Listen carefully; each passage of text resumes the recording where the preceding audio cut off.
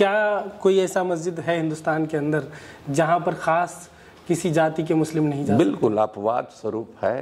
कहाँ पर? हमारी मसावात की जंग में इसका जिक्र है, जगह जगह है। आप एग्जैक्ट हम नाम नहीं, पूरी किताब है, कितनी हवाल के बहुत कम है, बहुत कम 2, 4, 10 जैसे हाँ क्या सैकड़ों में या 10 हाँ कब्रिस्तान अलग अलग हैं। तो ये क्या मतलब रैंडम कुछ इंसिडेंट नहीं है क्या? ये सोसाइटी का आम प्रॉब्लम है? नहीं देखिए ये सिम्टम है जिस बीमारी। तरीके से दलितों के साथ, हिंदू दलितों के साथ ये आम प्रॉब्लम है, क्या मुस्लिमों में ये आम प्रॉब्लम है या इक्का इंसिडेंट को लेकर आप जनरलाइज कर रहे हैं? जो एविडेंट प्रॉब्लम दिख रही है कि आपके नाम के वजह से आपको परेशान किया जा सकता है, सिर्फ ये आपके मुसलमान होने के वजह से परेशान देश के अंदर किया जा सकता है। वैसे में मुसलमान में हम किस कास्ट के वैसे में नहीं, हम 25 साल से कर रहे हैं, जब बीजेपी पावर में नहीं थी। इत्तेहादुल मुस्लिमीन, आप मुसलमानों एक हो जाओ की बात जब करिएगा तो लॉजिक वो जाता है हिंदुओं एक हो जाओ। क्यों नहीं हिंदुओं एक हो जाओ? मुस्लिम महाज की बात कर सकते हैं, वही मेरा पहला सवाल वही था। तो वो फिर वो मुस्लिम नहीं, हम तो मजहब। वहाँ पर मारपीट शुरू हुई, पहले तो लात घुसे से मारपीट शुरू हुई, उसके बाद कुर्सियाँ चलने लगी, उसके बाद गमले फोड़ के कई लोगों का, मैंने कई लोगों का, हमारे लोगों का हाथ टूटा, सर फटा, दांत टूटा। ऊंची जात बनने की ख्वाहिश, उसके लिए दरखास्त पड़ता था, समझ रहे हैं ना। मलिक जो हैं, जो आज पिछड़ी जाति में है, they claim to be Syed, इसके लिए लंबी लड़ाई चली। कि 2024 और 25 का जो चुनाव आ रहा है, खासकर बिहार की बात करें, तो आपको लगता है कि इसका असर खासकर मुस्लिम के वोटों के नज़रिए पे पड़ेगा? बिहार में इन दिनों जातीय गणना की बहुत चर्चा है। जानकार ये भी कहते हैं कि 2024 और 2025 आने वाले जो 2 चुनाव हैं, लोकसभा चुनाव और बिहार विधानसभा चुनाव, उसमें ये आंकड़े बहुत ज़्यादा असर डालने वाले हैं। खासकर मुस्लिमों की अगर बात करें तो पहली बार ऑन रिकॉर्ड कई जातियों की संख्या मुस्लिमों की पता चली है कि कई जातियों को तो उनका एग्जिस्टेंस पता चला है कि वो अलग जातियों के तौर पर गिने जा सकते हैं। हमारे साथ आज पूर्व सांसद, पूर्व पत्रकार अली अनवर साहब हैं, जदयू के सांसद रहे हैं राज्यसभा में 2 टर्म, और उनसे हम बात करेंगे। और इनको ये इस मुद्दे पर बात करने के लिए सबसे इम्पोर्टेंट और सबसे ख़ास शख्स इसलिए हो जाते हैं क्योंकि पसमानदा वर्ड जो इस कंटेक्स्ट में यूज़ हुआ कि मुस्लिम पिछड़े जो लोग हैं उनको पसमानदा कहा जाना चाहिए, उनकी लड़ाई लड़ी जानी चाहिए, उनका क्रेडिट एक तरीके से अली अनवर अंसारी साहब भी लिखते हैं, इनको दिया जा सकता है। क्योंकि जाति की बात हो रही है तो हमने सोचा कि पूरा नाम लिया जाए। तो अली अनवर साहब, सबसे पहले हम ये जानना चाहेंगे कि पसमानदा वर्ड और पसमानदा से जुड़ा आपने ऑर्गेनाइजेशन बनाया, ऑल इंडिया पसमानदा महाज, लेकिन आप मैंने अक्सर इंटरव्यूज़ आपके पढ़े हैं, देखा है, आप ये कहते हैं कि पसमानदा किसी मज़हब का नहीं है, उसमें अक्रॉस मज़हब, अक्रॉस कास्ट, सबको लेके हम एक ब्रॉडर एक अम्ब्रेला बना रहे हैं। तो अगर ऐसा है तो फिर अब पसमानदा मुस्लिम महाज क्यों, पसमानदा महाज क्यों नहीं? किसी के जहन में भी ये बात आएगी। शुक्रिया तंजील साहब। देखिए, आपने परिचय में एक चीज़ छोड़ दिया जिसको हम सबसे ज़्यादा अहमियत देते हैं जी। वो है कि ऑल इंडिया पसमानदा मुस्लिम महाज का मैं कौमी सदर भी हूँ जी। और हमारे लिए ये ओहदा किसी मेंबर पार्लियामेंट वगैरह से पहले है जी। दूसरी बात जो आपने कही, ये बहुत ही वाजिब सवाल उठाया आपने कि जब हम ये कहते हैं कि पसमानदा एक रिलीजन न्यूट्रल और कास्ट न्यूट्रल शब्द है जी। इसका मतलब कि पसमानदा नाम की कोई न बिरादरी है और न कोई मजहब है। हम पसमानदा, ये उर्दू फारसी का लफ्ज़ है और इसका मायने होता है हु लेफ्ट बिहाइंड, जो पीछे छूट गया। तो लेकिन जो संवैधानिक व्यवस्था है अपने यहाँ, जो ये जो पसमानदा है, ये इनकी पसमानदगी जात से भी है और माली एतबार से भी ये पसमानदा है, समझ रहे हैं ना। देखिए, व्यवस्था ये है कि जाति और गरीबी की जो रेखा है इतनी अपने मुल्क में सट के चलती है, इतनी पतली है और सट के चलती है कि जो जाति से हीन है वही माली एतबार से भी कमज़ोर है। तो ये इसी आधार पर तो जो संवैधानिक व्यवस्था है कि जो एससी हैं, एसटी हैं, ओबीसी हैं, हिंदू हैं, मुस्लिम हैं, सिख हैं, ईसाई हैं, सब पसमानदा ही कहेंगे हम। अगर उर्दू अपनी ज़बान में बात करेंगे तो वो सब पसमानदा हुए। तो और पसमानदगी कई तरह की, जहनी पसमानदगी, माली एतबार की पसमानदगी, सियासी पसमानदगी, मतलब पिछड़ गए।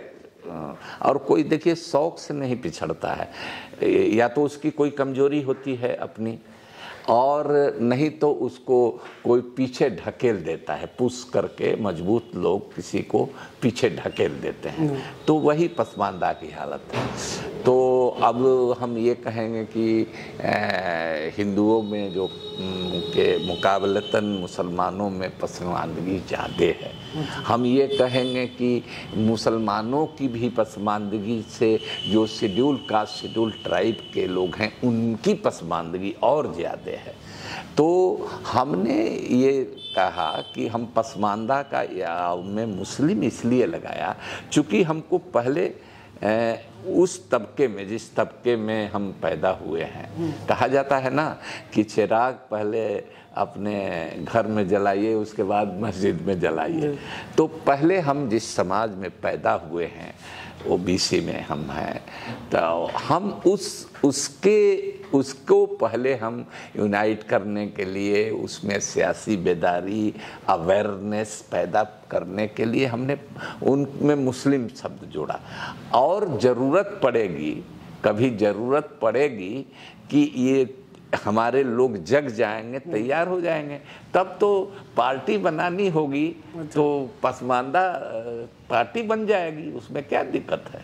अच्छा, तो इसीलिए हमने कहा कि ये सोशल कम पॉलिटिकल ये हमारा मूवमेंट है, पॉलिटिक्स के ही बारे में है, लेकिन अभी कोई पॉलिटिकल पार्टी नहीं है। तो अभी हम इसका काम ले रहे हैं, इस शब्द का इस्तेमाल इस बात में कर रहे हैं कि हिंदू पसमानदा, सिख, ईसाई, बुद्धिस्ट सभी पसमानदा और मुस्लिम पसमानदा के बीच एक ब्रिज का काम, एक पुल बनाने का काम, कम्युनल पॉलिटिक्स के खिलाफ ये सबसे बड़ा काट है। देखा हमने, आपको ये दिया, हमारा बुकलेट है आपके बगल में, आप देखिए, इसमें दिया हमने बुकलेट में, उसमें दूसरे वाले में हमने दिया कि ये जाति जनगणना का जो सवाल लेकर के आज आप इंटरव्यू कर रहे हैं, इसको किस नज़रिए से हमने देखा। तो हमने देखा सांप्रदायिक ध्रुवीकरण का यही इलाज, जाति जनगणना के लिए हो जाओ तैयार, पहला नारा। सांप्रदायिक ध्रुवीकरण का यही इलाज, जाति जनगणना के लिए हो जाओ तैयार। दूसरा नारा हमने दिया कि दलित पिछड़ा एक समान, हिंदू हो या मुसलमान। तो जो ये हिंदू और मुस्लिम की जो पॉलिटिक्स है, जो नफरत की पॉलिटिक्स बीजेपी, आरएसएस, संघ परिवार करता है, उसके काट के रूप में हमने समझा। और इसीलिए समझ लीजिए कि ये कोहराम मचा हुआ है पूरे देश में। और बीजेपी, लेकिन सर थोड़ा सा ये रोकना चाहूँगा, लेकिन लोग आपके इस स्लोगन से ये भी कहेंगे कि आप सांप्रदायिकता जो तोड़, उसके तोड़ में आप जातिवाद ला रहे हैं। भले ही आप कह रहे हैं कि सारे ओबीसी, सारे मजहब के एक साथ हो जाओ, लेकिन जातिवाद उसका तोड़ नहीं है। हम तो जोड़ने की बात कर रहे हैं ना। नहीं तो आप उसके जवाब में आप उसको क्यों खड़ा करते हैं? हाँ बिल्कुल, जवाब में जवाब ये है इसलिए कि हम तो 120 अति पिछड़ी जातियां हैं, करीब 20-22 पिछड़ी जातियां हैं। तो मैं इस सब लोग, दलितों की जातियां हैं, आदिवासियों की जातियां हैं, सबको हम पसमानदा कह रहे हैं। तो हम तो बांट नहीं रहे हैं मजहबों को, हिंदू, सिख, ईसाई, मुस्लिम, सबको, बुद्धिस्ट, सबको जोड़ने की बात कर रहे हैं। उनको बांट के ही तो आप इधर नहीं, बांट के नहीं, हम जोड़ने की बात। बीजेपी की जो सियासत है वो तो तोड़ने की सियासत है, हमारा तो इसको अगर हम आसान भाषा में कहें, आप फिलहाल आप ये कह रहे हैं कि शेख, सैयद, पठान जो अगड़ी जातियां हैं वो उनकी सियासत से हम खुद को अलग कर लें और खुद अपनी सियासत को हम जो हिंदू की ओबीसी जातियां हैं, पिछड़ी जातियां हैं, उनसे जोड़ लें। हम नफरत की बात नहीं कर रहे हैं। आप कुल मिला के आप कहना ही चाह रहे हैं कि हम हिंदू की पिछड़ी जातियां और मुस्लिम की पिछड़ी जातियां एक हो जाए, इस तरह के, और इस तरह की ना हम कहते हैं हमारी स्थिति एक तरह की है, हमारे मसाइल एक तरह के हैं, हमारी बीमारी एक तरह की है, हमारा सामाजिक राजनीतिक स्तर एक तरह का है, इसलिए हमको एक होना चाहिए। अच्छा। आप देख लीजिए, आज ही जो आंकड़ा आया है सरकारी नौकरियों में हमारे सैयद भाई ही हैं, कलमा गो भाई हैं, लेकिन सरकारी नौकरियों में उनकी जगह में, जमीन में, ओहदा में, सामाजिक स्थिति से भी हमारे जो हिंदू समाज का ब्राह्मण है उसकी हैसियत वो रखते हैं। तो और उनका देखिए, हम लोगों को 1 पॉइंट भी नहीं है, उससे भी कम है, उनकी सरकारी नौकरी में मौजूदगी ज़्यादा है, सैयद की ज़्यादा है, पठान की ज़्यादा है। तो ये हम कह रहे हैं सिर्फ सैयद की ज़्यादा है, पठान की लगभग नहीं 1% से ज़्यादा है, इधर तो 1% से कम है। सबसे बड़ी जाति जो है मोमिन अंसारी जिसको कहते हैं 1% से भी कम है। सर आप थोड़ा सा इस चीज़ को समझना चाहेंगे, क्योंकि हमारी जो ऑडियंस है, खासकर हमारी ऑडियंस ग्रामीण इलाकों की है, तो जब भी मुस्लिम में हम जाति की बात करते हैं तो उनके लिए ये समझना मुश्किल हो जाता है कि मुस्लिम में किस तरह का भेदभाव हो रहा है। मतलब कि क्या आपके किसी इंटरव्यू में मैंने सुना कि आप शायद ऐसा भी कह रहे थे कि मस्जिदें भी अलग अलग हो गई है, तो मेरी नज़र में तो ऐसा एग्जाम्पल कुछ नहीं है। तो कुछ मैं एग्जाम्पल्स ऐसे चाहूँगा, और अगर किसी तरह का भेदभाव आपने पर्सनली फील किया है या कुछ एग्जाम्पल्स है कि एक्चुअल में किस तरह का भेदभाव हो रहा है। नौकरी, पिछड़ापन एक तो अलग कॉन्टेक्स्ट है ही, लेकिन क्या हिंदुओं में जिस तरीके से दलित के साथ भेदभाव हो रहा है, मुस्लिम में भी पिछड़ी जातियों के साथ? देखिए, हिंदुओं में जितनी जातियाँ हैं शायद ही वैसी कोई जाति मुस्लिमों में नहीं हो। जगह बदल करके अब कुलैया और सिरजापुरी एक स्टेप पे अगर बात करें, जैसे कि मस्जिद की बात करें, तो क्या कोई ऐसा मस्जिद है हिंदुस्तान के अंदर जहां पर खास किसी जाति के मुस्लिम नहीं जा सकते? बिल्कुल अपवाद स्वरूप है। हमारी मसावात की जंग में इसका जिक्र है, जगह जगह है। आप एग्जैक्ट हम नाम नहीं, पूरी किताब है, हवाल के बहुत कम है, बहुत कम 2, 4, 10 जैसे। हाँ, क्या सैकड़ों में या 10? हाँ, कब्रिस्तान अलग अलग हैं। अच्छा। मरने की जगह भी अलग अलग है, अलग अलग बिरादरियों के अलग अलग कई जगह कब्रिस्तान है। एक जगह हमने देखा कैमूर इलाके में कब्रिस्तान सादात लिखा हुआ था, बहुत जमाने तक बोर्ड लिखा हुआ था। हाँ, फिर बाद में हमने अखबार वगैरह में छापा और भभुआ में वो था। हाँ, भभुआ से पहले बस स्टैंड के बगल में वो लिखा हुआ था, बराबर गेट पर, लोहे का गेट। जब छापा वपा हल्ला वल्ला हुआ तो उसको लोगों ने हटाया। कब्रिस्तान सादा मतलब सादात माने ऊंची जात का कब्रिस्तान। अच्छा, अपर कास्ट। हाँ, तो उसमें क्या जो पिछड़ी जाती है, हाँ, दफन नहीं होने चाहिए। कई जगह केस मुकदमा होता है, घंटों मुर्दा रखा रहता है, जनाजा रखा रहता है, लोग दफन नहीं करने देते हैं। कई जगह झगड़े देखिएगा गाँवों में, अनेक ऐसे उदाहरण हैं जहाँ पर अलग अलग मस्जिदें बिरादरियों के हैं। ये अलग अलग। बिहार में क्या ऐसा है? बिहार में जैसे बिहार में भी है। मैं जहाँ तक समझ पा रहा हूँ, जो बिरादरियों की या सेक्ट की मस्जिद कह रहे हैं आप, जैसे शिया, सुन्नी, बरेलवी। हाँ, मसलक, ठीक है, इस पे मसलक की बुनियाद पर है। मसलक लेकिन भी क्या इसकी और बिरादरी की बुनियाद पर? सैयदों की मस्जिद अलग है, अंसारियों की मस्जिद अलग है, शेखों की मस्जिद अलग है। हम ये नहीं कहते हैं कि ये जनरली प्रैक्टिस में नहीं है, ऐसा हमने नहीं कहा।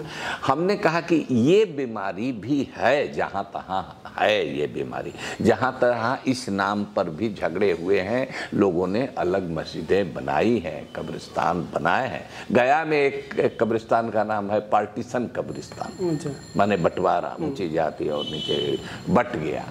तो इस तरह का है। तो ये क्या मतलब रैंडम कुछ इंसिडेंट नहीं है क्या? ये सोसाइटी का आम प्रॉब्लम है? नहीं देखिए, ये सिम्टम है जिस बीमारी। तरीके से दलितों के साथ, हिंदू दलितों के साथ ये आम प्रॉब्लम है, क्या मुस्लिमों में ये आम प्रॉब्लम है या इक्का इंसिडेंट को लेकर आप जनरलाइज कर रहे हैं? हम इसलिए इसको गंभीरता सीरियसली लेते हैं कि चूंकि हिंदू धर्म में तो वर्णाश्रम व्यवस्था है, वर्ण व्यवस्था है। कोई पेट से पैदा हुआ, कोई लात से पैदा हुआ, कोई सर से निकला, इस तरह से है। लेकिन उसको मैथोलॉजिकल सपोर्ट है, उसके फलसफा में ये है। इस्लाम में तो ऐसा नहीं है, कुरान में नहीं है, हदीस में नहीं है, हमारे नबी की ज़िंदगी में नहीं है। लेकिन फिर भी जहाँ तहाँ ये बीमारी है, इसलिए हम अलर्ट हैं कि अब तो वो लोग जो हमारी तनकीद करते थे, जमीयत उलमाए हिंद ने मान लिया कि पसमानदा है, तो उनके साथ तफरीक होता है। पसमानदा मान लेना कि पिछड़ापन है, ये एक्सेप्ट किया। लेकिन आप कई बार आपके क्रिटिक ये कहते हैं कि आप थोड़ा एक कदम आगे चले जाते हैं। आप जो एक दो रैंडम एग्जांपल्स हैं उसको जनरलाइज कर देते हैं कि मस्जिदें अलग हो गई हैं। जैसे मैंने आपसे मस्जिद का एग्जांपल, बिहार में एक ऐसा कोई एग्जाम्पल मुझे क्योंकि पूछने को कहा, हमारी ऑडियंस ने कहा कि एक कोई एग्जाम्पल बिहार का उनसे पूछिएगा कि जहाँ की मस्जिद में कोई अंसारी भाई, कोई जुलाहा भाई या कोई पिछड़ी जाति का कोई शेरशाहवादी या कोई कुलैया या सुरजापुरी जो नए शेख से बट के अभी शामिल हुए पिछड़ी में, नहीं जा सकता। ऐसा क्या कोई मस्जिद? देखिए, हमको उधर या इधर की मतलब पूरे इधर की बात, हाँ इधर की बात है कि हम जुलाहे के पीछे नमाज नहीं पढ़ेंगे, कुरैशी के पीछे नमाज नहीं पढ़ेंगे। अलग हो गई वो मस्जिद। कई ऐसे इमामत को लेकर के कई ऐसी मस्जिद है, मारपीट हुआ है, केस मुकदमे हुए हैं। रिसेंट है इस तरह की चीजें? अब रिसेंट नहीं है, 10 साल पीछे ही है, 20 साल पीछे ही है, 25 साल पीछे ही है। देखिए, रिसेंट आज़ादी के बाद से तो दूसरी चीज़ शुरू हो गई ना, वो दंगा फसाद वाला मामला तेज हो गया। हाँ, वो दंगा फसाद का मामला तेज हो गया। तो माइनॉरिटी का देखिए, माइनॉरिटी का साइकी होता है कि वो अपने को बीमारी को छिपाता है। जब बड़ा खतरा हो, कम्युनल राइट्स का खतरा हो, या ऐसे अभी देखिए बीजेपी का जिस तरह से बीजेपी पीछे पड़ी हुई है मुसलमानों के को लेकर के, जो उसके पसमानदा की पॉलिटिक्स कर नहीं, पसमानदा तो अलग बात हुआ, वो बीजेपी जैसे टारगेट करती है मुसलमानों को। तो ऐसी स्थिति में ये जो इनर कंट्राडिक्शन है वो थोड़ा सेकेंडरी हो जाता है, प्राइमरी वो हो जाता है, मेन ये हो जाता है कि अभी मुख्य दुश्मन से मुकाबला। आपके ख्याल में क्या ये सही नहीं है कि अभी जो एविडेंट प्रॉब्लम दिख रही है कि आपके नाम के वजह से आपको परेशान किया जा सकता है, सिर्फ ये आपके मुसलमान होने के वजह से परेशान देश के अंदर किया जा सकता है, वैसे में मुसलमान में हम किस कास्ट के वैसे में नहीं, हम 25 साल से कर रहे हैं, जब बीजेपी पावर में नहीं थी। 98 में हमने पसमानदा मुस्लिम बनाया, पसमानदा मुस्लिम महाज 98 में बनाया।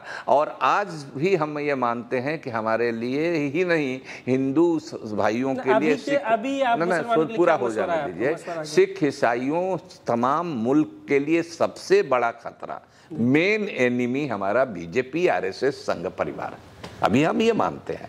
यही नहीं, कम्युनलिज्म है वो, इसलिए नहीं कि वो एक पार्टी है और उसके लीडर हिंदू हैं, इसलिए नहीं। हम तो ये भी मानते हैं कि ये खतरा जो है मुसलमानों में भी, जो ओवैसी साहब की जो पार्टी है IMM, उसको भी हम मानते हैं कि वो भी सही नहीं है। जाने अनजाने वो भी इत्तेहादुल मुस्लिमीन, आप मुसलमानों एक हो जाओ की बात जब करिएगा तो लॉजिक वो जाता है हिंदुओं एक हो जाओ, क्यों नहीं हिंदुओं एक हो जाओ। मुस्लिम महाज की बात कर सकते हैं, वही मेरा पहला सवाल वही था। तो वो फिर वो मुस्लिम नहीं, हम तो मजहब की बुनियाद पर नहीं ना हम कह रहे हैं। आपने मुस्लिम वर्ड यूज किया ना, मुस्लिम किया कि अभी सिर्फ मुस्लिम पिछड़ों के लिए एक मूवमेंट चला सकते हैं, तो मुस्लिम जनरल के लिए वो नहीं, लेकिन हमको ये देख लीजिए, जैसे हमारा नाम अली अनवर है, तो अली अनवर होगा ना, अंसारी लगाया ना आपने, हमने लगाते हैं आप फेसबुक आईडी ना फेसबुक ना, हम अंसारी है, लेकिन हमारा पेन नेम जो जर्नलिस्ट रहे हैं तो छोटा करने के लिए अली अनवर है, नाम है, बाप दादा के नाम में भी है। तो हमारे कहने का मतलब ये है कि हम जो कर रहे हैं हमारा वो ये है ना, लेकिन हम बांटने का काम नहीं। अंसारी होते हुए भी जो मसलक के बुनियाद पर, जो बिरादरी के बुनियाद पर हमारे पसमानदा भाई बिखरे हुए थे, पहले हम उनको इकट्ठा करके एक ताकत बनाएंगे, एक प्रयोग करके दिखाएंगे।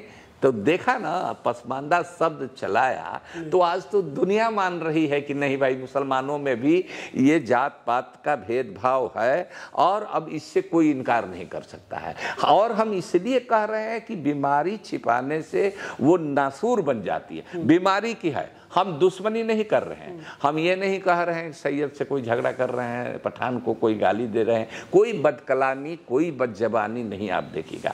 हम कह रहे हैं, हम तो कह रहे हैं कि हमारे नबी का दर्स है, कुरान का ये दर्स है कि भाई हम एक हैं। हम जातियों में सिर्फ पहचान के लिए बने हैं, लेकिन पहचान से आगे शादी विवाह होता है क्या एक दूसरे में? नहीं, वो तो नहीं होता है, नहीं, दिक्कत है। हाँ। ये दिक्कत है। रोटी बेटी का रिश्ता नहीं है, तो वो तो कब्रिस्तान तक वो चला जाता है। कुछ लोग ये भी कहते हैं क्या रोटी बेटी का रिश्ता ही इसका समाधान है? बहुत बढ़िया, पर हमारा चले और हमको कभी मौका मिले तो हम तो इस आधार पर भी रिजर्वेशन दे कि जो इंटर कास्ट शादी करेगा, वो इंटर कास्ट जो शादी सरकार प्रोत्साहन देती है दलितों में, हाँ, वैसे हम रिजर्वेशन दें शादी करने के लिए। अच्छा, मुस्लिम और वैसे लोगों में जो इंटर कास्ट शादियां करते हैं, वो हालांकि प्यार मोहब्बत कोई मुल्क की सरहद और जाति और मजहब की सरहद नहीं मानता। अगर दूसरे मजहब से भी अगर किसी का कोई प्यार का मोहब्बत का रिश्ता है, वो शादी करता है तो ठीक है, उसमें कोई भी गलत बात नहीं है। और इस्लाम में भी इसकी मनाही नहीं है। चलिए, वो फिर अलग रास्ते डिबेट चला जाएगा। मेरा जो अगला क्वेश्चन था सर, जो आपका ऑर्गेनाइजेशन है पसमानदा मुस्लिम महाज, क्योंकि 25 साल हो गया, 25 साल हो गया, तो इसमें क्या इसकी मतलब कौन कौन से और लीडर्स हैं जिनके नाम हम लोग आपके अलावा बहुत कम ही सुनते हैं? ऑर्गेनाइजेशन अब कितना बड़ा है 25 साल में? देखिए, पहली चीज कि हमारा ऑर्गेनाइजेशन को हमारा कोई मेंबरशिप वाला ऑर्गेनाइजेशन नहीं, हमारी जेहन साजी का है, हमारी एक वैचारिकता का है। हाँ, कि भाई ये एक हमारा ये हमारे फलसफा, ये हमारे तरीका है। हमारे लोग सभी पार्टियों में, सेकुलर पार्टियों में, अगर कोई ओवैसी की पार्टी में और बीजेपी में होगा तो उससे हम लोगों का कोई ताल्लुक नहीं है, कोई मेंबरशिप नहीं है हम लोगों का। तो जैसे बहुत सारे संगठन है, कोई रजिस्ट्रेशन नहीं है, कोई एनजीओ हम नहीं है। हम एक सामाजिक आंदोलन, जिसको अगर कहिए इस्लाम की ज़बान में कहिए तो इस्लाह मुआसरा कहिए, हम सामाजिक सुधार का आंदोलन कि मसलकी झगड़े को बलाए ताक रख, बिरादरियों के झगड़े को बलाए ताक रख, जो मसाइल हैं ज़िंदगी के बुनियादी मसाइल हैं, गरीबी है, पिछड़ापन है, जहालत है, इस सब में जो एक तरह के लोग जिनकी बीमारी एक तरह का है, उनके बीच एक दूसरे का हाथ पकड़ करके आगे बढ़ने की बात है हमारी। क्योंकि आपने पूरे कन्वर्सेशन में कई बार बीजेपी एमआईएम का बीच में डिस्कशन किया, तो ये पूछना बनता है कि 2 बार जब आप राज्यसभा गए तो आप एनडीए ही उस वक्त थी और बीजेपी के अलायंस में थी, तो उस वक्त क्या आपको इतराज नहीं था कि बीजेपी साथ में है? सुने, एक बार गए हम, एक बार 6 में और फिर दोबारा 6 में गए। उस समय की परिस्थिति ये थी, उस समय की परिस्थिति ये थी कि 15 साल हो गया था लालू जी का और राज्य की जनता उब गई थी। और एक हम लोगों को की शिकायत उनसे ये भी थी कि भाई जहाँ भी एमवाई की तो सरकार होती थी, लेकिन पसमानदा की उसमें कहीं पूछ नहीं थी। जितने उनके मंत्री, जितने निगम बोर्ड के चेयरमैन वगैरह होते थे, दिगर पसमानदा बिरादरियों के ही लोग होते थे। एक शिकायत एक थी। अब 13 यूनिवर्सिटी में से 7 यूनिवर्सिटी के, उस समय 13 यूनिवर्सिटी थी, 7 यूनिवर्सिटी के वीसी थे सब दिगर पसमानदा बिरादरियों के थे, कोई भी उसमें पसमानदा नहीं था। ये सब सवाल खटकता था, जबकि हमारे लोग उस काबिल थे कि उस सातों VC को जिनको चुना गया था उनका ट्यूटोरियल ले सकते थे, बैठा के पढ़ा सकते थे, इतने काबिल लोग थे। लेकिन उनकी नुमाइंदगी नहीं थी, सियासत में उनकी नुमाइंदगी नहीं थी, तो ये सब बात खटकती थी। ये बात भी खटकती थी। उसके लिए एनडीए की तरफ वोट, मुस्लिम वोट ना उसी के लिए नहीं, उसी सिर्फ उसी के लिए नहीं, और भी कारण था, और कुछ हमारे मसाइल थे, कुछ हमारी मांगे थे। लालू जी से भी हम लोगों का फरियाद था। आपको ये जानिए कि 98 में हम तंजीम बनाते हैं पसमानदा मुस्लिम महाज, और उसके बाद 2001 में 2000 जब फर्स्ट UPA गवर्नमेंट बनती है, तो इस आंदोलन का असर है कि सच्चर कमेटी बनती है, रंगनाथ मिश्रा कमीशन बनता है। इस आंदोलन का असर है कि बिहार असेंबली, लालू जी उस समय मुख्यमंत्री थे, ये मुसलमानों में भी दलित हैं, ईसाइयों में भी दलित हैं, शेड्यूल कास्ट जैसी जातियां हैं, उनको उसका दर्जा दिया जाए। 341 धारा में हमने कहा कि उस पर से रिलीजियस बैंड हटाइए, तो ये प्रस्ताव पास करके बिहार विधानसभा ने भेजा। हमारे आंदोलन का असर ये था कि उत्तर प्रदेश सरकार ने, मुलायम सिंह की सरकार ने इसको भेजा। इस आंदोलन का असर हम लोग आंध्र प्रदेश नहीं गए, लेकिन देखिए विचार ऐसा होता है, जब फैलता है तो किसी संगठन की जरूरत नहीं होती है। आंध्र प्रदेश सरकार ने प्रस्ताव पास करके केंद्र को भेजा, और उस समय से पसमानदा शब्द जो चला, और जो हमारी मांगे थी कि मुसलमानों में भी schedule caste, schedule, Sachar committee, Ranganath Mishra commission, उनका रिकमेंडेशन आया, हमारी मांग को इंडोर्स किया। हालांकि आपको एक वाकया का बयान करते हैं कि देखिए किस तरह से हम नफरत की सियासत नहीं करते हैं। हम अगर पसमानदा की बात करते हैं तो किसी ऊंची जाति के मुसलमान से हम नफरत नहीं करते हैं। देखिए हम उसका सबसे ग्लेयरिंग एग्जाम्पल आपको देंगे। सच्चर कमेटी यहाँ आई थी सुनवाई करने, तारामंडल में कोतवाली थाना के सामने सुनवाई हो रही थी, और जो माइनॉरिटी विभाग के सेक्रेटरी थे वो पसमानदा, बाद में पसमानदा बिरादरी में उनकी जाति ये आ गई। उस समय वो जनरल कैटेगरी में थे, आसिक इब्राहिम साहब थे, वो उनका काम था। हम लोगों को इनवाइट, कैटेगरी थी मतलब कौन सी ऐसी जाति थी जो पिछड़े में आ गई? मलिक बिरादरी। पहले वो पिछड़ी में नहीं थी? हाँ, पहले उस समय पिछड़ी जाति में नहीं थे, तो वही सेक्रेटरी थे। उन्होंने क्या किया कि कुछ खास तरह के अपने चुनिंदा लोगों को उस मीटिंग में बुलाया, उन्हीं को इनवाइट करना था। हम लोगों को इनवाइट नहीं करा, जिसके मूवमेंट के, तहरीक के जोर से, उसके असर से सच्चर कमेटी बनी। अब वो जांच करने के लिए आती है, वो हमारे लोगों को खबर नहीं किया, वो तो अखबार में निकला तो हम लोग चले, हमें तो बाहर था, हमको उन लोगों ने खबर किया, बुलाया, हम लोग 10-5 आदमी गए। उस कमेटी में आप ही के यहाँ से मैं मिसाल देता हूँ, RJD के अभी वो आफाक करीम साहब ने, आफाक करीम साहब उस मीटिंग में सच्चर कमेटी के सामने बोलने वाले पहले आदमी थे। खड़ा हुए, उन्होंने यही कहा कि सैयद भी गरीब है, वो भी ये है, सभी जात पात कुछ नहीं है, सभी मुसलमान हैं, कलमा गो भाई हैं, सब उन्होंने कहा। सब लोग शांत से, हम लोग, हमें भी था, सुनते रहे हम लोग। उसके बाद खालिद अनवर साहब, मरहूम कयूम अंसारी साहब के साहबजादे जो मंत्री रह चुके हैं, MLC, उन्होंने हाथ उठाया कि हम बोलेंगे। तो कमीशन ने कहा कि हाँ बोलिए। तो इन्होंने कहा कि नहीं, मुसलमान में बिरादरियां भी हैं, पसमानदा हैं, इसमें सब बिरादरियां हैं, गरीबी है, जहालत है, उनकी नुमाइंदगी नहीं है। तो इसी में हुआ उधर से कि नहीं ऐसा नहीं है, मुसलमानों को बांटो मत, नहीं मत करो, ये मत करो। वहाँ पर मारपीट शुरू हुई। पहले तो लात घुस्से से मारपीट शुरू हुई, उसके बाद कुर्सियाँ चलने लगी, उसके बाद गमले फोड़ करके कई लोगों का, हमारे लोगों का हाथ टूटा, सर फटा, दांत टूटा, हमारे लोगों का। लेकिन हमने आसिक इब्राहिमी साहब को फटकार लगाई कि आपकी सब देखना चाहिए था, आपने पूरे स्टेट को, उस समय मैं MP नहीं था, एमपी नहीं था, पूरे स्टेट को आपने बदनाम कराया है कि सच्चर कमेटी जब बिहार में आई तो इसे पूरे कौम को बदनाम कराया है, इसलिए देखना था।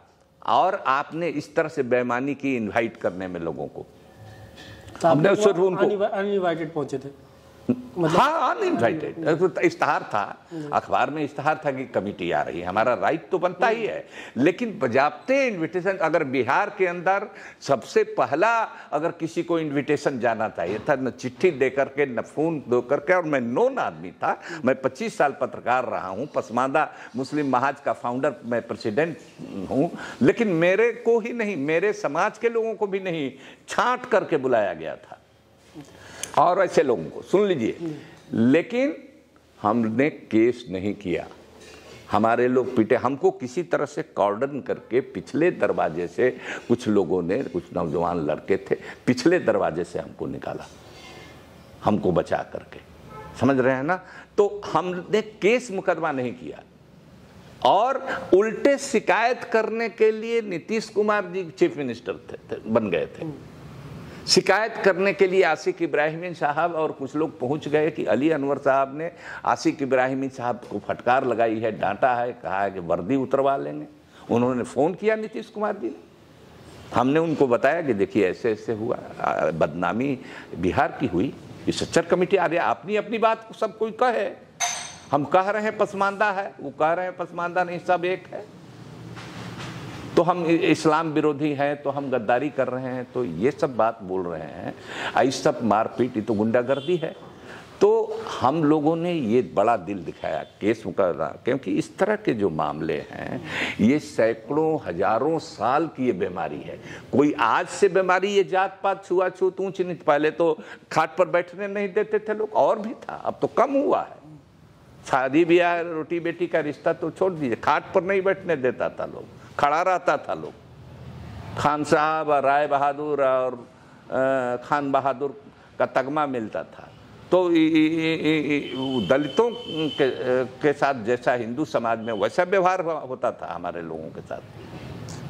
कुछ जो तो हमने केस मुकदमा नहीं किया कि ये सामाजिक बीमारी है, हम दिमागी परिवर्तन चाह रहे हैं। और देखिए, आज देखिए कि ऊपर वाले का करम है, और जिस सिदिक दिल से हमने इस तहरीक को चलाया कि कोई बदकलामी बदजबानी नहीं की, हमने जोड़ने का काम किया, तो आज वो भी मांग कह रहे हैं, all India Muslim personal board, Jamaat Islami, Jamiat Ulama Hind, फलान ढकान, जो मुस्लिम तंजीमें हैं वो भी मान रही हैं, खुलेआम मान रही हैं कि मुसलमानों में भी जात पात का ये सिस्टम है, और इस नाम पर एक दूसरे के साथ तफरीक होता है, इसको ख़त्म किया जाना चाहिए। उन लोगों ने रामलीला मैदान में अभी 6-8 महीना पहले, जमीयत उलमा हिंद तो देश का सबसे पुराना और बड़ा संगठन है, तो उसने इस बात को माना। पहले जिस बात के लिए हमारा क्रिटिसिज्म होता था, हमारी तनकीद होती थी, उन लोगों को भी मानना पड़ा। तो ये हमारा कहना है कि अगर कोई बीमारी है, छोटी ही है बीमारी, लेकिन उसका इलाज हम नहीं करें, इस्लाह मुआसरा का कंसेप्ट जो इस्लाम में है, इसीलिए ना कि हम समाज सुधार का आंदोलन चलाएं। तो एक जो यहाँ पे पूछना चाह रहा था सवाल कि जैसे आपने कहा कि कुछ जातियाँ अगड़ी से मुस्लिम में पिछड़ी की तरफ अभी आई हैं, तो क्या शुरू से एक रेसिस्टेंस देखने को मिला है कि खुद को हम पिछड़ा क्यों बताएं? कि एक वो जैसे कुछ जातियाँ जो उमूमन शेख के अंदर ही हुआ करती थी, अब अलग कैटेगराइजेशन हो गया है और वो पिछड़ी में आ गई हैं, तो क्या ये रहा है कि वो अरे क्या कीजिएगा, मोदी जी पहले जनरल कैटेगरी में खुद को पिछड़ा बनवाने उसको पिछड़ा। हाँ। पहले देखिए होता ये था कि अपने को अपवर्ड मोबिलिटी, एम.एन. श्रीनिवास जिसको कहते हैं कि ऊंची जात बनने की ख्वाहिश, उसके लिए दरखास्त पड़ता था, समझ रहे हैं ना। मलिक जो हैं, जो आज पिछड़ी जाति में है, they claim to be Syed, इसके लिए लंबी लड़ाई चली। अच्छा। मलिक भाइयों ने अपने को सैयद क्लेम किया, इसके लिए लंबी लड़ाई चली, उनका क्लेम नहीं माना गया, कहा कि आप सैयद नहीं है। भूमिहार क्लेम टू बी ब्राह्मण, हिंदुओं में दो मिसाल है, हिंदुओं में भूमिहारों ने अपने को ब्राह्मण कहा, तो उनको पार्शियली उनको माना सेंसस कमिश्नर ने कि भूमिहार अंदर ब्रैकेट लिखे ब्राह्मण, भूमिहार ब्राह्मण अंडर ब्रैकेट भूमिहार, तो वो लिखते हैं, उनका पूरा मांग ने आधा माना गया। लेकिन शेख साहब लोगों का तो कुछ भी नहीं माना गया, एज शेख नहीं, ये मलिक का। अब वो पिछड़ी जात में आ गए, तो भाई मोदी जी आ गए, घांची बिरादरी पहले जनरल कैटेगरी में थी, ये आ गई, तो कई जातियां अब जैसे आपने अपने इलाके की बात कही, तो अब उनकी एक दूसरी पहचान होगी। पहले हम जानते हैं कि पहले शेख कैटेगरी में ही सब लोग अपने को शुमार करते थे। यहाँ तक छोड़ दीजिए जिस बिरादरी में हम हैं, बहुत सारे लोग शेख मोमिन अपने को लिखते हैं। बहुत लोग खतियान में मिलेगा आपको, झारखंड में शेख मोमिन मिलेगा, तो अपने को शेख कहने, ऊंचा जात बनाना, ये एक ही बात नहीं। अब जुलाहे कहे जाते थे, लेकिन अंसारी वहां से, कोई वहां से आया हुआ, मक्का मदीना से आया हुआ नहीं है। कोई दुनिया ने अपना मंसूरी टाइटल दिया, कुंजड़ा ने अपना रायनी दे दिया, तो ये एक अच्छा नाम रखने की एक सोसाइटी में ये है। अब चूंकि रिजर्वेशन वगैरह की बात है, तो कई लोग ये चाहते हैं कि हम ये करें। एक समय था जबकि एक कोर्ट का फैसला आ गया था कायस्थों के बारे में। आज है कि कायस्थ सबसे कम संख्या में है, लेकिन नौकरी में सबसे ज्यादा है, आज आया है ये विधानसभा में। एक समय था कि कायस्थ को शेड्यूल कास्ट में रखा था, तो इन्होंने मुकदमा लड़ा, इलाहाबाद हाई कोर्ट तक मामला गया, और मुकदमा लड़ा करके कहा कि हम दलित हैं। आज अगर दलित का फैसिलिटी किसी को मिले तो तुरंत वो कबूल कर लेगा।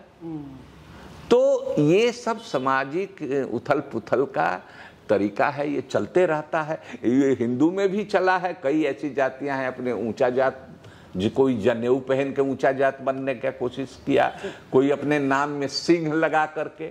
लालू प्रसाद हैं, जादवबाद में मुख्यमंत्री बनने के बाद हुए हैं। मुलायम सिंह हैं, अच्छा, मुलायम सिंह कास्ट बाद में, हाँ, बाद में जादव लगाए। अच्छा। तो अब जादव कहने से एक ताकत का एहसास होता है, उस समय जादव कहने से, टाइटल लगाने से उनके साथ भेदभाव होता था। तो समाज बदलता है इसी तरह से। तो आखिरी जो कुछ अहम सवाल बनते हैं अब कि 2024 और 25 का जो चुनाव आ रहा है, खासकर बिहार की बात करें, तो आपको लगता है कि इसका असर खास के मुस्लिम के वोटों के नज़रिए पे पड़ेगा? मुस्लिम जैसे पहले माना जाता था कि अगर पूरा फुल एकजुट होकर नहीं भी दे रहे हैं, तो लगभग कुछ प्रतिशत, ज़्यादातर मुस्लिम एक तरफ, या तो महागठबंधन की तरफ या राजद की तरफ। नहीं, हम महागठबंधन राज पार्टियों की बात हम बाद में आएगा, कैंडिडेट के बाद जब चुनाव आएगा, कैंडिडेट आएंगे, वो देखा जाएगा। लेकिन एक प्रिंसिपल है जो हमारा शुरू से है, संगठन जब से बना तब से, कि हम हर तरह की फिरका परस्ती के, सांप्रदायिकता के खिलाफ। अच्छा। हिंदुओं एक हो जाओ, मुसलमानों एक हो जाओ, तब चलेगा। उसके बदले में जानते हैं हिंदू राष्ट्र का सावरकर ने नारा दिया, तो फिर जिन्ना ने दो कौमी नजरिया लेकर के आ गए। तो हिंदू सांप्रदायिकता और मुस्लिम सांप्रदायिकता, हालांकि मुस्लिम सांप्रदायिकता कमजोर है, उसका वो मर खप जाएगा अगर सवाल उठाएगा मेजॉरिटी कंट्री में। जब 46 में नहीं चला जिन्ना का, तो बहुत ज़्यादातर मुस्लिम्स ने उनको रिजेक्ट कर दिया, माना नहीं, रह गए अपने वतन पर। तो अब कैसे चलेगा भाई? इत्तेहादुल मुस्लिमीन कहते हैं, तो आप इत्तेहादुल मुस्लिमीन, मुसलमानों एक हो जाए, यही ना मतलब हुआ। तो अगर आरएसएस बीजेपी ये कहती है कि हिंदुओं एक हो जाए, हिंदू राष्ट्र की बात, तो इसका लॉजिकल कंक्लूजन है ना। तो इसीलिए हम हर तरह की सांप्रदायिकता, चाहे हिंदू करे, चाहे मुस्लिम करे, चाहे सिख करे, चाहे ईसाई करे, हम के खिलाफ हैं। हर तरह की। और हम किसी भी सांप्रदायिक पार्टी को वोट देने और उनके साथ हमदर्दी रखने के हम खिलाफ हैं। वो मुसलमान करे, हिंदू करे। तो इसीलिए हमारा कोई जाति झगड़ा नहीं है। वो तो हैदराबाद के हैं, हम लोग 12 साल एक साथ। ये तो आपकी निजी राय होगी, लेकिन आपको लगता क्या होगा, क्या मतलब? नहीं, यही होगा। आपके इलाके में कुछ गड़बड़ हुई, आपके इलाके में कुछ गड़बड़ हुई, जीते MIM, सीमांचल, हाँ, सीमांचल इलाके में जीते कुछ। लेकिन हम समझते हैं कि वहाँ के लोग भी समझेंगे। अब तो कम से कम उनके लोग ही समझ गए, सब चले गए, एक को छोड़ करके सब चले गए RJD में, और ये कहाँ चले गए। हमारा कहने का मतलब ये है कि उनके नाम में, संगठन के नाम में ही सांप्रदायिकता है। और वो मुस्लिम लीग जो थी, जो पाकिस्तान बंटवारे से पहले जिन्ना की पॉलिटिक्स, उसका अक्स इनमें है। वो उस ट्रेडिशन के हैं। हम लोग पसमानदा मुस्लिम महाज उस ट्रेडिशन के हैं जिसने दो कौमी नजरिए की मुखालफत की थी। हम उस ट्रेडिशन के हैं जो 1940 में 40,000 की तादाद में इंडिया गेट पर मुल्क के बंटवारे के खिलाफ चले गए थे प्रदर्शन करने। एक नुकाती प्रोग्राम था, मुल्क का बंटवारा मजहब की बुनियाद पर मत करो। आखिरी सवाल है, क्योंकि 10-11 साल आप संसद में रहे, तो जो हमारे इलाके के सीमांचल के नेता है, जिसमें हमारी ऑडियंस ज़्यादा इंटरेस्ट लेगी, क्योंकि आप शुरू से 98 से इस मूवमेंट को लेकर रहे हैं, तो जाहिर सी बात है वहाँ के जो नेता जब उस वक्त सदन में रहे, उनसे भी आपने जिक्र किया होगा, क्योंकि उधर मुस्लिमों की ज़्यादा आबादी है। तो मैं एक एक करके नाम लूँगा और उनसे किस तरह का आपका इंटरेक्शन रहा है, इसको लेकर थोड़ा बताएं। सबसे बड़े जो नेता नाम आता है उधर से मोहम्मद तस्लीमुद्दीन साहब, जो पूर्णिया, किशनगंज, अररिया तीनों से सांसद रहे। आपके टाइम में वो अररिया से 9 से 2014 के बाद कुछ दिन रहे होंगे, या ऐसे भी आपकी मुलाकात होती होगी? देखिए, मुलाकात थी, बहुत सीनियर थे, बहुत 4 से 9 के बीच थे। अदब एहतराम उनके लिए था। एक आध बार की मुलाकात है। हमने कोशिश की उनसे इस मूवमेंट के बारे में। उसमें उस समय तो हमारी हैसियत किसी मेंबर पार्लियामेंट की नहीं थी, लेकिन हमने उनसे जाके मुलाकात की या ये किया। तो उस टाइम आप थे सदन में, मतलब 9 से 4 के बीच थे वो? नहीं। तो अच्छा, मतलब MP रहते हुए उनसे मुलाकात नहीं हुई आपसे? हाँ, MP रहते हुए मुलाकात नहीं हुई। एज ए जर्नलिस्ट और अब पसमानदा मुस्लिम महाज की तहरीक हमने 98 में शुरू की। हमने किताब तो उनका क्या कहना होता था? नहीं, हमको लगा कि वो बिल्कुल जमीनी नेता थे, और उनका पढ़ने लिखने से बहुत, उनको शायद मालूम भी नहीं था कि इस तरह की कोई किताब आई है और ये है। हमने बहुत, उन्होंने नोटिस नहीं लिया। हमने कोशिश की उनसे। मौलाना असराउल हक कासमी? हाँ, उनसे, मौलाना असराउल हक कासमी साहब से जो सांसद थे, उनसे बहुत अच्छे हमारे ताल्लुकात थे। और जो हमारा नज़रिया था, कई बार कहे कि अनवर साहब, जो आपकी तहरीक है पसमानदा तहरीक, उसके मैं उसका कायल हूँ और उसके मैंने ये में, लेकिन कोई साथ मिल के मुहिम वगैरह नहीं चलाया। लेकिन जब भी हमारी बातचीत होती थी तो मैं उनके एग्री करते थे। तारिक अनवर साहब, जो भी तारिक अनवर साहब से हमारे साथ रहे, मंत्री भी थे, वो ऐसे भी रहे। लेकिन देखिए, तारिक अनवर साहब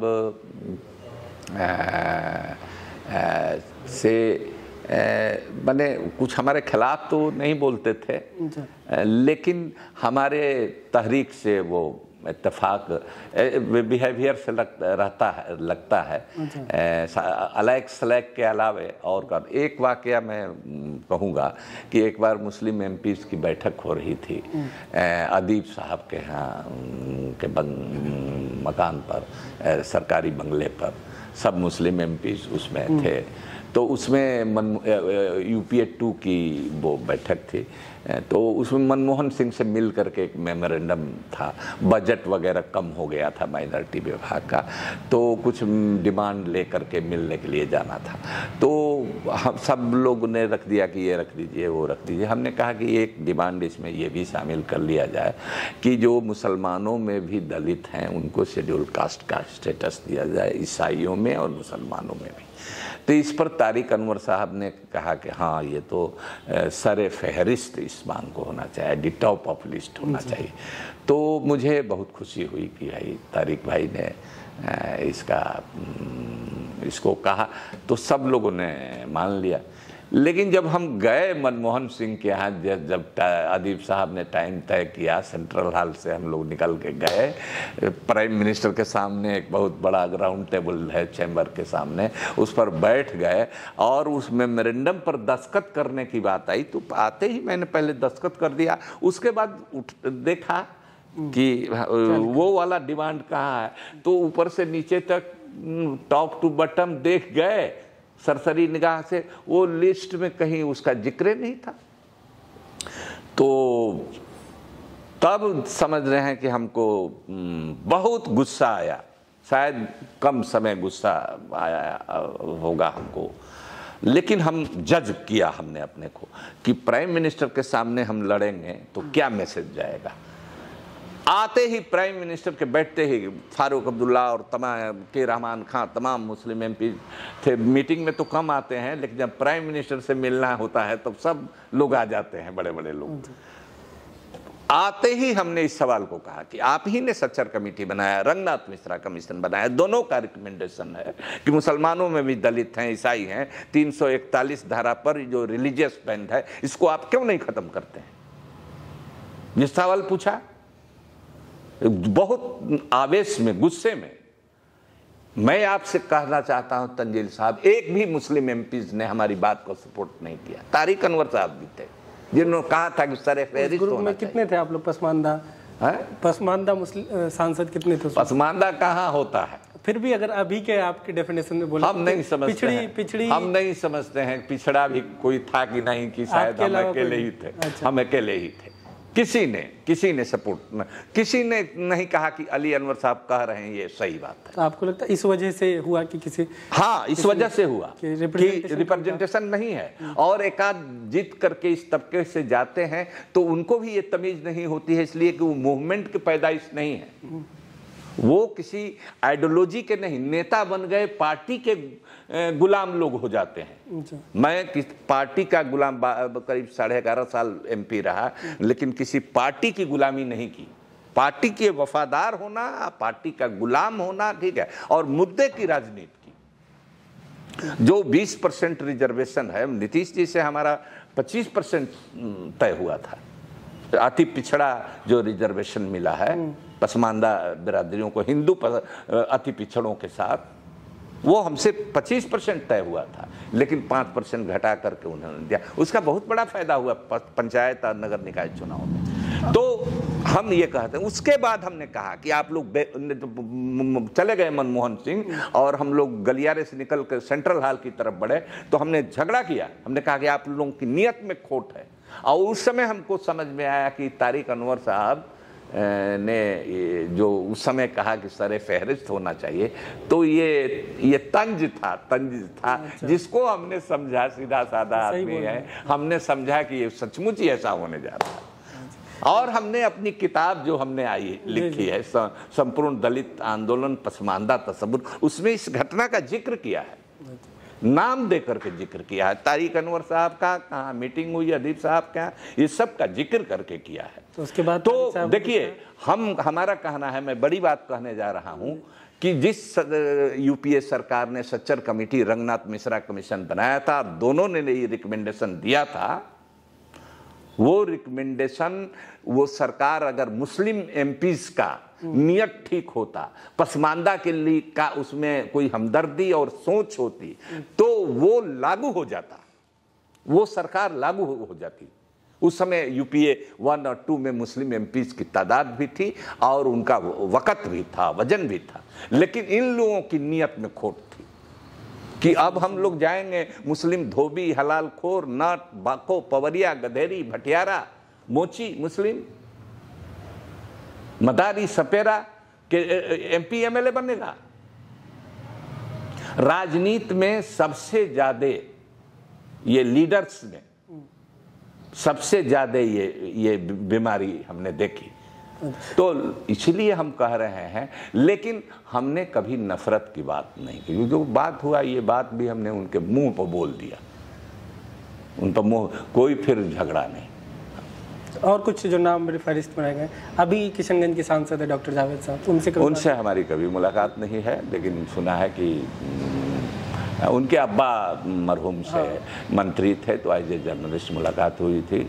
काफ़ी सुलझे हुए आदमी थे, अच्छे आदमी। मूवमेंट को लेकर उनसे बात हुई थी? नहीं, कभी बात नहीं है। तब तो मैं जब वो गए हैं 19 में गए हैं, और मैं तब से ये तो हमारी कभी साहिब सलामत भी नहीं है।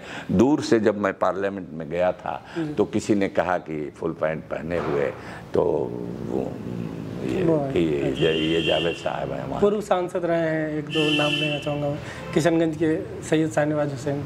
सैयद शाहनवाज हुसैन से मुलाकात है, अच्छी मुलाकात है, लेकिन बीजेपी में है, उनको तो बेल पका तो कौए के बाप का क्या, भैया कह दें हमको, चाहे सर बोल दें। लेकिन कभी तो आप लोग एक ही गठबंधन में थे ना, तो उस वक्त तो अच्छी बात नहीं, कभी एनडीए में जब थे तो एनडीए में, देखिए एनडीए में मोदी नहीं थे, देखिए एनडीए का फर्क। उस पे मैं नहीं जा रहा, तो कभी इसको लेकर बात नहीं हुई उनसे? नहीं, कभी कोई बात नहीं हमसे। हम अननेसेसरी किसी से चोंच लड़ाने वाली बात नहीं करते हैं।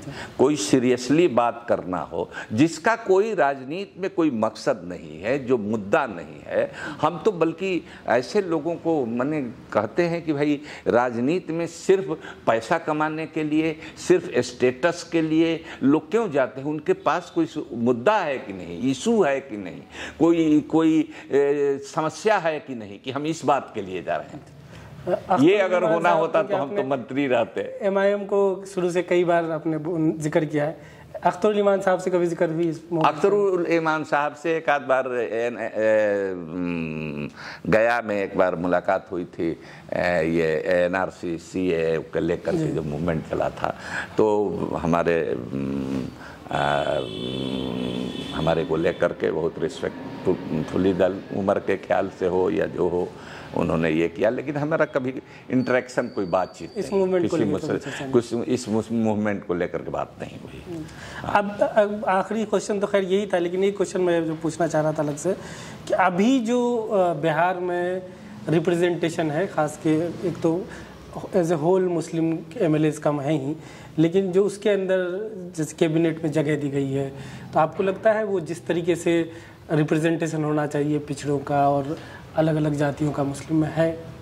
देखिए, सबसे पहले मैं नहीं, बिल्कुल नहीं है, संतुष्ट नहीं है। रिप्रेजेंटेशन बहुत कम है, उनकी आबादी के तनासुब से बिल्कुल कम है, और पार्टियों को इसीलिए हम कह रहे हैं कि रिप्रेजेंटेशन बढ़ाने का, हिंदू मुस्लिम की राजनीति करने से, सब मुसलमान एक हो जाने कहने से रिप्रेजेंटेशन नहीं बढ़ेगा, बल्कि बीजेपी बढ़ेगी।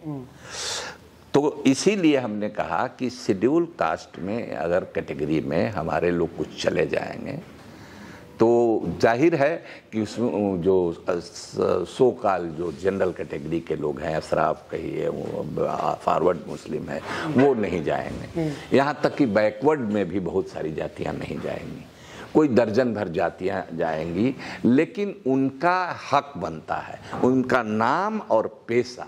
हमारा कहना है जिनका नाम और पेशा हिंदू शेड्यूल कास्ट की जातियों से मिलता जुलता है, उनको उसमें शामिल किया जाए। मसलन भंगी, मुस्लिम भंगी, हिंदू में हलखोर कहते हैं, मुसलमान में हलालखोर कहते हैं।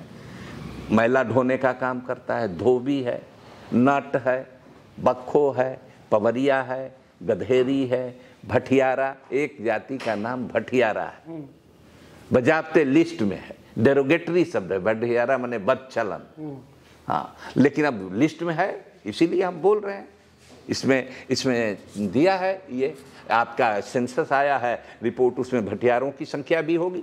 अब बताइए, भाट भी एक है, एक भाट भी है, तो इस तरह की जो जातियां हैं जिनके बारे में सच्चर कमेटी ने भी कहा है कि कई ऐसा एक तबका ऐसा है जिसकी हालत हिंदू दलितों से भी ज़्यादा खराब है, उनको शेड्यूल कास्ट का स्टेटस, तब उसके जरिए मुसलमानों की नुमाइंदगी बढ़ेगी, उनको प्रोटेक्शन मिलेगा। और इस्लाम में अगर और अपने नबी के कौल से एग्री जो लोग करते हैं, उनको चाहिए कि हम में से जो सबसे कमज़ोर है उसका हक सबसे पहले है। असल इस्लाम का तो पैगाम यही है, कमज़ोर का हक सबसे पहले। तो हम यहाँ तो होड़ लगी है कि जो मजबूत है सब वही ले ले। हम बराबर, हम कमज़ोर के लिए, गरीब के लिए, हम अपने छात्र जीवन में कम्युनिस्ट रहे हैं, इसलिए हमारी मेंटालिटी है, हमारे ये जात का तसव्वुर और मजहब का तसव्वुर से ऊपर इंसानियत का तसव्वुर, और जो कमज़ोर है उसकी मदद करने का उसका काज और इश्क। अगर मैं सैयद सादात भी होता तब भी मैं इस सवाल को उठाता। और मुझे खुशी है कि 25 साल हो गए आप कहते हैं कि क्या हुआ। मैं इन नेताओं के पीछे नहीं रहता हूं, मैं कि दुनिया के सारे यूनिवर्सिटीज़ में, Columbia University, Oxford University, Berlin University, विदेश के लड़के और लड़कियां, यहाँ के लड़के लड़कियां इस पसमानदा पॉलिटिक्स पर रिसर्च कर रहे हैं, पीएचडी कर रहे हैं। हर महीना कोई ना कोई आता, कोई सिंगापुर से आता है, कोई फ्रांस से आता है, यहाँ Jamia Millia, JNU, DU, Bombay university, Jadavpur university. आपका एक पूर्णिया से लड़का लंदन यूनिवर्सिटी से इसी सब्जेक्ट पर पीएचडी कर रहा है, वो इंटरव्यू करता है, बात करता है। तो हमारे कहने का, हमको रेफ़र करता है, अभी कुछ लिखा था आर्टिकल तो उसने रेफ़र किया। तो हमारे कहने का मतलब कि इस 25 साल में एक शब्द जो हमने चलाया वो इतना मकबूल हुआ लोगों के बीच, तो मैं समझता हूँ कि हम तो सेटिस्फाइड हैं। हमने कोई पार्टी नहीं बनाई, हमने कोई झगड़ा लगाने बांटने का काम नहीं किया, बल्कि हमने बीमारी की पहचान की और ये समाज को बताया कि इसका इलाज होना चाहिए। तो पार्टी बनाएंगे? देखिए, पार्टी तब बनाएंगे जब हमारा समाज पूरी तरह से जगेगा, पैसा अपना होगा। दूसरे के पैसे से अपनी राजनीति नहीं होती है। अभी तो बीजेपी पैसा बांट रही है। अगर हम अगर पार्टी बनाएं अभी, जैसे कैसे हम ये नहीं चाहते हैं कि ओवैसी साहब की तरह हमको कोई बी टीम कहे बीजेपी का, हम करें, वो तो वहाँ हैदराबाद हैं, हम पार्टी बना करके हम तो बहुत खेला कर सकते हैं, लेकिन हम ऐसा कोई काम नहीं करेंगे जिससे किसी तरह के कम्युनल फोर्सेस को बढ़ावा मिले। ठीक है, इसी के साथ ये इंटरव्यू ख़त्म करते हैं। हमारे साथ पूर्व पत्रकार, पूर्व सांसद और ऑल इंडिया मुस्लिम महाज के सदर, के अध्यक्ष, के फाउंडर हमारे साथ थे और तमाम चीज़ों पर बात हुई जो मुस्लिम कास्ट के ऊपर, कास्ट सेंसस के बाद जो ख़ास तौर पर फोकस पड़ा है उसको लेकर बात हुई, उसकी राजनीति को लेकर बात हुई। कैसा लगा आपको ये इंटरव्यू, कमेंट में ज़रूर बताएं। शुक्रिया।